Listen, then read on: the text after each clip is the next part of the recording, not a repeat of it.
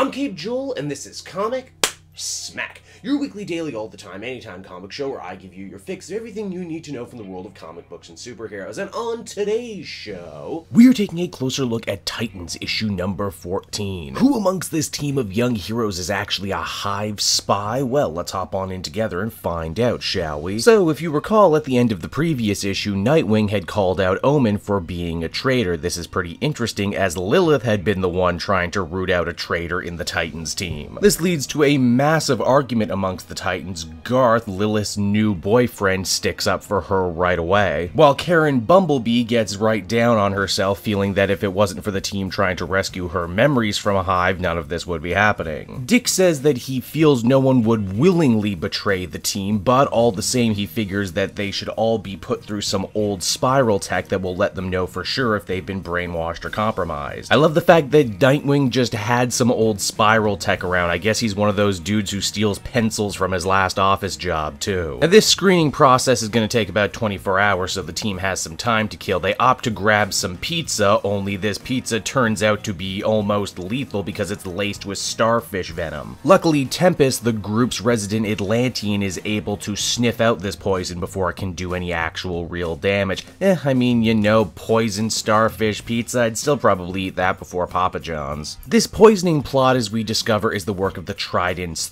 3, a trio of 3 evil Atlantean ladies with a strong connection and history to Tempest. Apparently, they both went to Atlantean magic school around the same time, only the 3 girls got kicked out after practicing the dark arts. They are also absolutely stalkerishly infatuated with Garth. Also, before you start getting jealous of Tempest having 3 ladies after him, just remember these are those weird mermaids with the fish bits on top and the lady bits on the bottom. The Titans team actually has a rough go of it fighting these 3, mainly because they make use of magic in their arsenal and no one on the Titans team is really equipped to battle magic users. Worse still, Wally West the Flash is still having pacemaker problems, which means his heart and powers just kind of cut out every so often. Then there's Arsenal, who's mad at Wally because both men were vying for the affection of Donna Troy. Donna has no time for either of these two and begs that they both get their heads out of their asses before they die on the battlefield. In the end, the group wins when Tempest decides to tap into his inner Harry Potter and unleash a magical force that no one thought he was capable of doing. It would seem that Garth doesn't like using his innate magical powers because it reminds him of someone very near and dear to him that he lost. So with that threat out of the way, the team is finally ready to hear the test results, only because it was Nightwing who is administering the test, he also gets to see the results first and delete any results he doesn't like, mainly that he was actually the Hive traitor all along. But as the comic begins to wind down, we realize this situation isn't as cut or dry as it might first seem.